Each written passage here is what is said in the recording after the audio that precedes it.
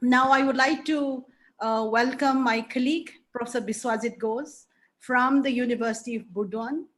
Um, he has, he has taken his time to join us at this hour, and I'm very grateful to him.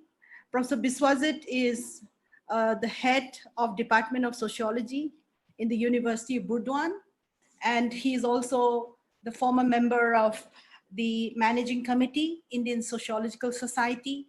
He is also the editorial member of the prestigious Sociological Bulletin by Sage Publication and many other journals. He's author of books, author of many articles, and his major work, which I connect with him, is on trafficking of girls and women.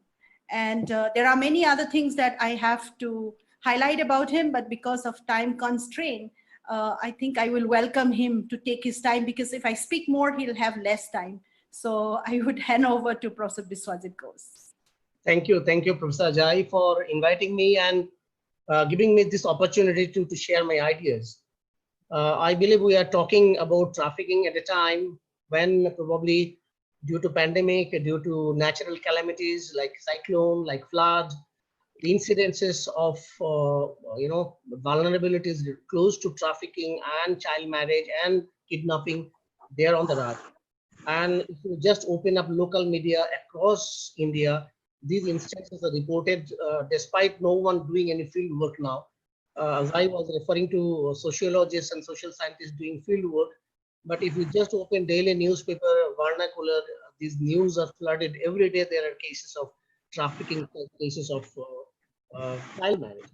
Now, I'll be talking basically about the West Bengal experience, taking it as an example to show, because probably what is happening today in West Bengal are also happening in many other parts of the country, in Assam, in Andhra Pradesh, in Jharkhand, in Chhattisgarh. Okay.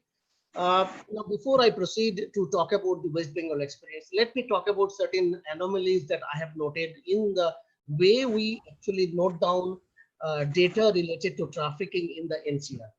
I have been writing on this since 2007, since I was a part of UNICEF team to investigate on the issues of trafficking in Bengal and many other parts of Eastern India.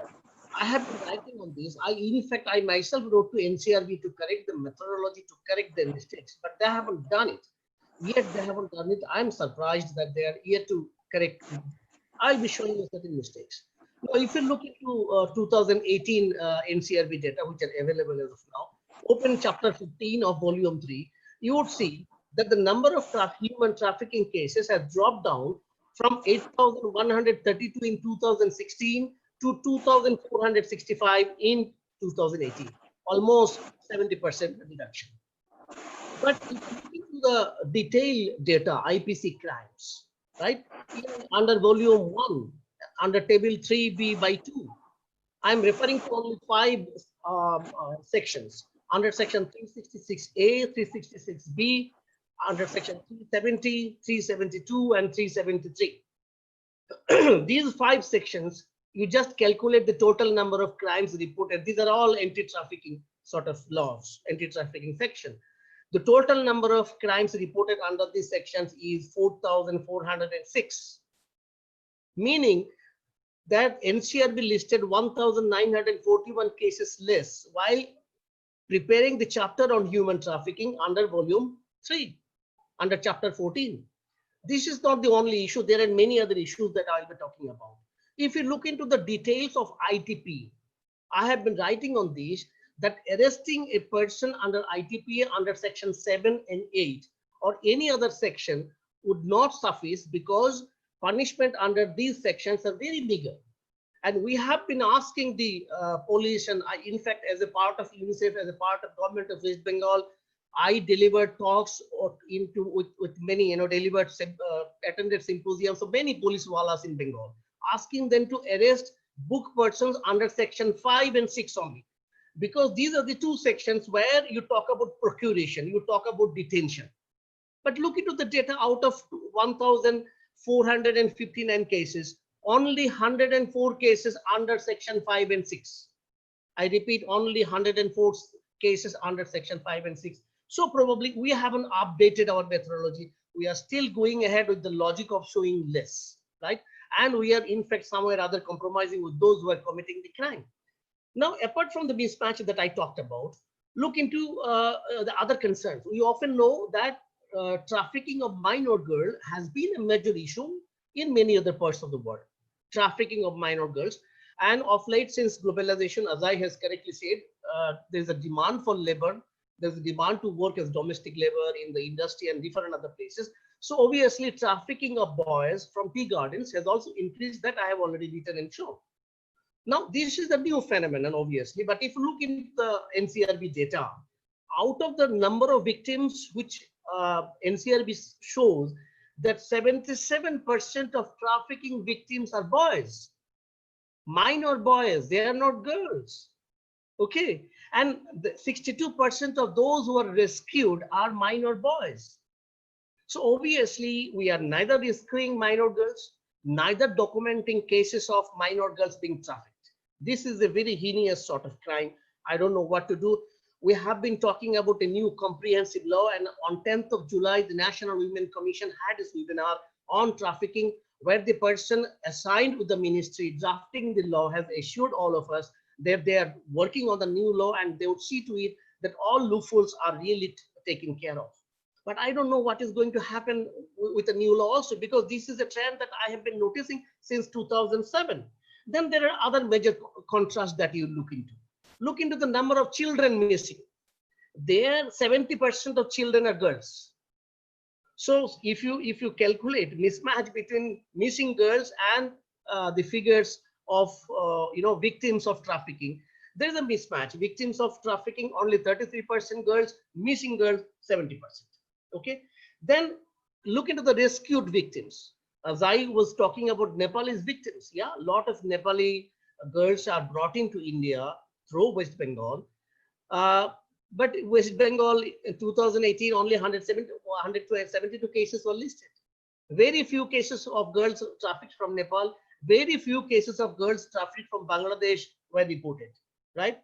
So NCRB data says that out of the total victims, 95% are from India. We are not counting 167 persons from Nepal, and only 25 girls or women are from Bangladesh. This is a lopsided view. We are not really serious about those trafficked from Bangladesh and also from Nepal. Then, if you look at the causes, it does talk about sexual exploitation and forced labor.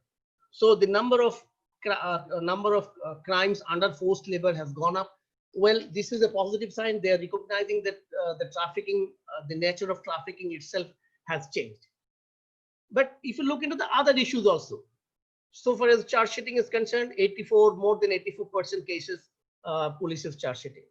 But it has been claimed that conviction rate is as high as 29.4% for human trafficking. I repeat, 29.4%. If you look into the total crimes committed against women, conviction rate of total crimes committed against women, it is 21.9%. So far as my understanding goes, this rate is fabricated. This rate is, added on. It is not. It does not reflect the reality. Why I'm saying so?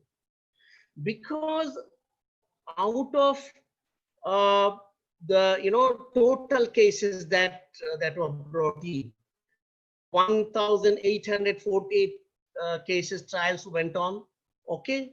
If you look into the conviction rate, there only 11% of the cases were convicted. So out of 1,848 cases, 51 cases were convicted, 91 were acquitted, and 1,691 cases were left pending. So this pendency rate, huge pendency rate of cases, as we have been researching and talking, telling that if you delay the justice, particularly crimes related to trafficking, and if you put the people under bar, what will happen next year? They will come with a new version saying that they are not trafficked at all. They voluntarily went to the to prostitution. So obviously the crime is less. There will be traffickers would release them, and there will be instances of re-trafficking. Okay, so given that, I think. And if you also look into the gender dimension of people arrested under ITPA, right? 28% of those arrested under ITPA, sorry, 18% of those arrested under ITPA are men, are convicted, whereas, sorry, I repeat, 18% of those charge sheeted under ITPA are convicted and they are men, whereas conviction for women is 24%. So more and more women are convicted under ITPA because you are arresting more and more of them under section 7 and 8. Okay, so these are certain discrepancies that I have noticed in ITPA. There are many more, probably research can do that. But one additional feature that I have noticed in during the last 3 years, that NCRB is also, they are also counting number of trans children trafficked. And in 2001, 158 trans children were trafficked. So far as my understanding is concerned, a lot of trans boys and girls, I mean children, they are really trafficked, and there are many other agencies who are involved, because trans children are involved in the trafficking of arms and trafficking of drugs. Okay, when they grow up, they enjoy certain privileges in public life, and often police do not arrest them because of the rights that they enjoy. So obviously they are mostly used, and therefore they are also being trafficked. So given that kind of scenario where sorry, when the legal structure is so it's not strong enough to arrest and rehabilitate and rescue thing, let me now come back to the West Bengal scenario. I mean, I should repeat, I should tell this is a scenario which can be seen also in Andhra Pradesh, also in Delhi, also in Maharashtra, right? Now, as I said, only 172 cases in West Bengal in 2018, even though West Bengal is a source, West Bengal is a destination, and West Bengal is also medium. So given all kinds of analysis, the figure should have been much more. But probably, as US Trafficking in Persons report in 2020 says, that certain governments are not counting trafficking cases properly, and West Bengal is one of them, right? They are neither rescuing, they are neither rehabilitating, right? And they are not filing cases under section 370 and 366A. They're rather filing cases under those sections where the punishment is less. This is something, this charge is being written leveled by the US Trafficking in Persons report 2020. It is also being said that the victim compensation, which is a must, is also not paid to the victims. Given that kind of context, I would be referring to sort of activism on the part of judiciary in Kolkata. In the month of June, on 26th of June, there was a court case being heard, and the Division 2, judges of two judges of a division bench in Kolkata picked up a suo motu case on their own to prevent, to cautious police, because they are not active in preventing trafficking, in preventing child marriage. That's why judges have picked up that kind of, filed a suo motu case. The incident is a sort of inhabitants of a shelter home. They fled, around 11 inhabitants fled because of very poor working conditions, and only 2 of them could be rescued. So the judges were unhappy. Judges were unhappy over the way they are not linking child marriage, instances of child marriage, with trafficking. They are unhappy with the way police did not act when a girl from Mumbai called them to rescue her. And it was ultimately the Mumbai police, with the help of some Delhi NGO, who rescued her. So these are the instances which are noted not by any one agency, but by the court itself. And the judges rebuked these agencies for not taking proper action.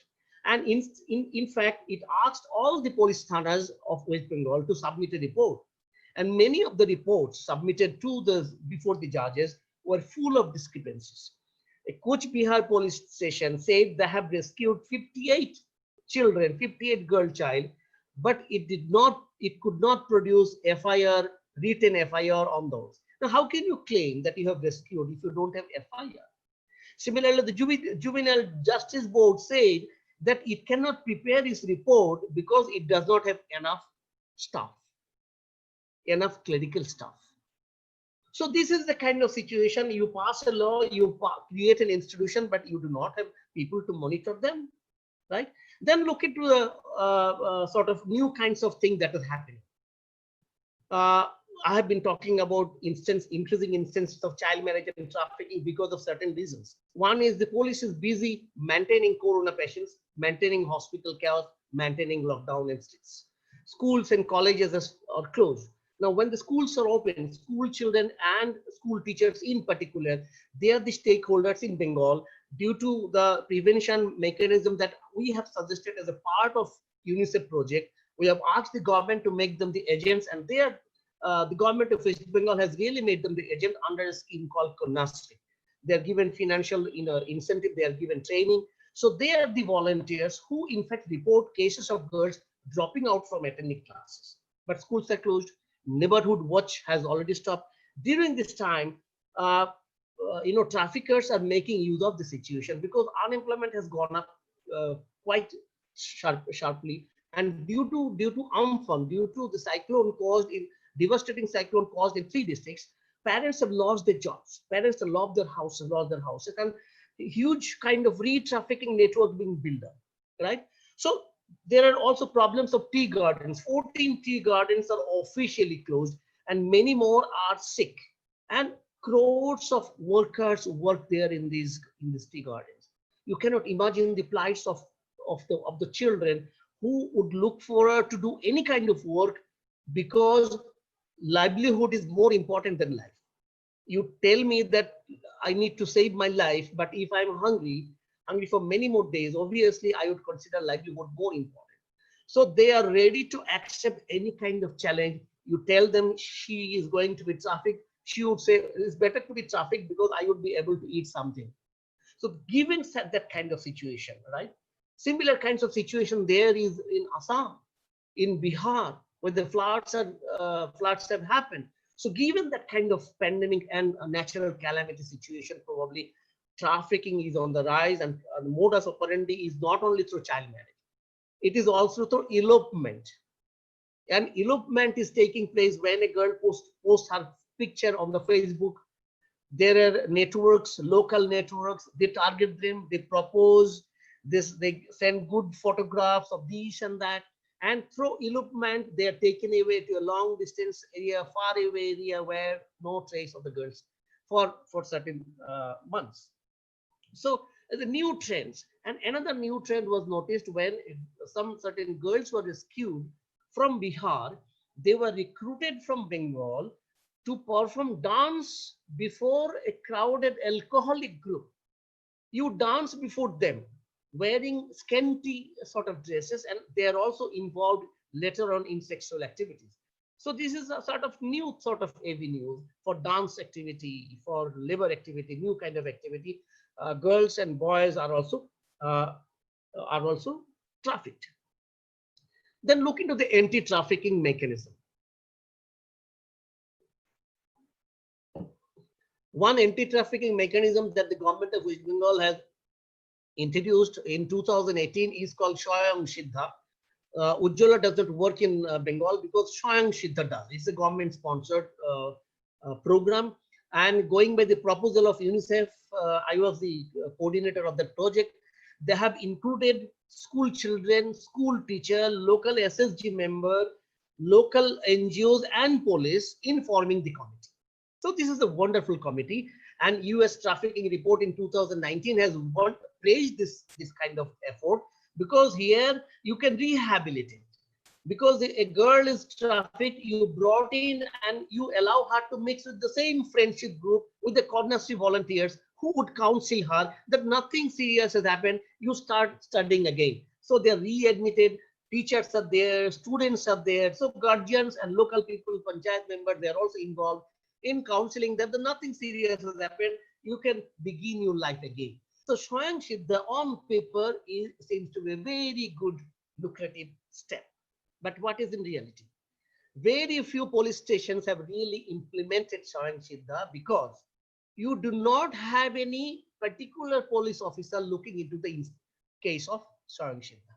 Even the nodal agency, CIP, which looks into this, it does not have any particular officer to take care of these anti-trafficking activities. An additional responsibility is given to an officer who is handling many more issues. So given that kind of thing, those in police thana where the women police officers are taking interest, when they are appointed, it is they who take interest in Swayam Siddha, it is they who actually prevent trafficking. But once they are transferred, once they go out to some other places, the same sort of file dust, putting dust uh, under the file is being is a normal process. So the bureaucratic process of sending the file, delaying the thing, lack of coordination is being reported even after drafting a very beautiful sort of scheme. Then there are instances of very sort of pathetic instances of trafficking, which I'll be ending my lecture by citing one or two cases. This is the case of a girl who was trafficked in 2009 when Ayla, another cyclone which affected Bengal in 2009. During that cyclone, she was trafficked to Delhi. She stayed there for 3 years. Then she was rescued. She was brought in. She was readmitted into the school. She studied there. Then she started working.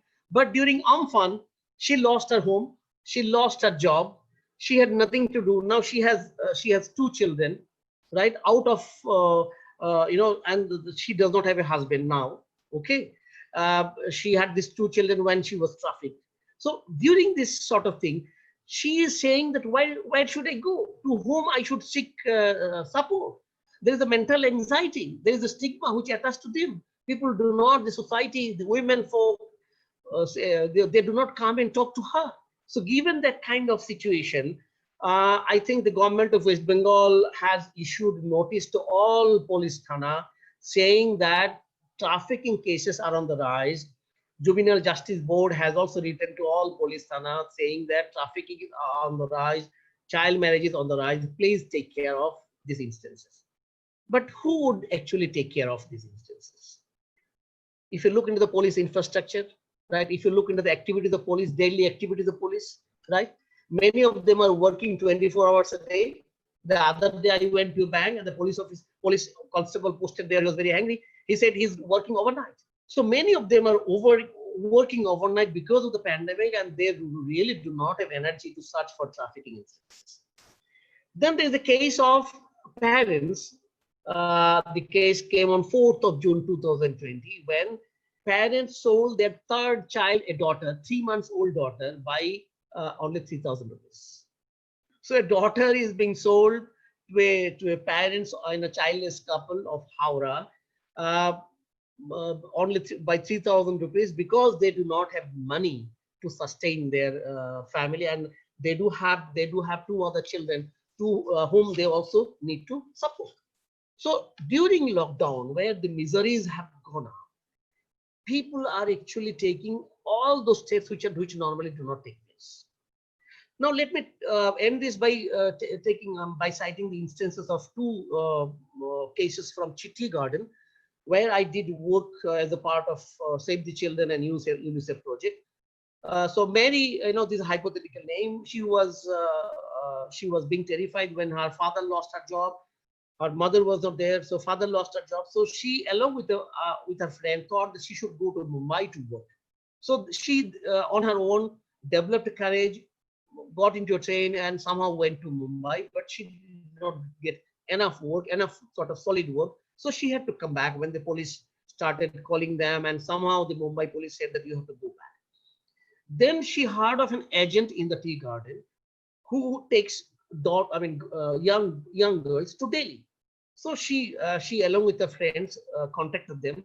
So they were taken by a train through reserved seats.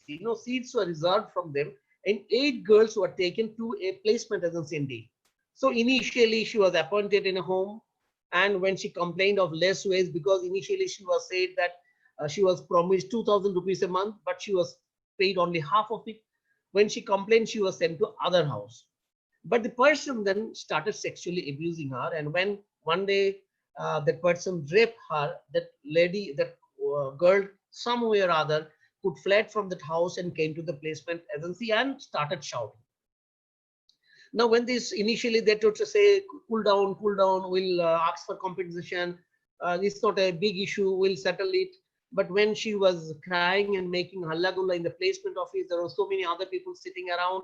So their business was, they felt a threat. So then they decided to send her home through a train. She came back. When her mother gave her some herbal medicines to get rid of the pregnancy, but it didn't work. She ultimately gave birth to a daughter. Now, what the local people react? They said it is the responsibility of the girl to take care of the daughter because she went there on her own. She did not tell her, she did not take our permission to go to Delhi. So she fled. It is her responsibility. Then local society, even the parents, they are not taking, and Mary has to sustain with her daughter on her own. So this is one story of the society, tribal society in tea gardens, becoming too rigid to accept a victim. The last instance is of a daughter who went with the parents' permission. Now the father was alcoholic, so he was shown some beautiful pictures of a bungalow and he was given 2,000 rupees cash in advance. So he agreed to send her daughter, and it was initially agreed that after reaching she would make a phone call and every month 2,000 rupees would come to his home. But the daughter did not call.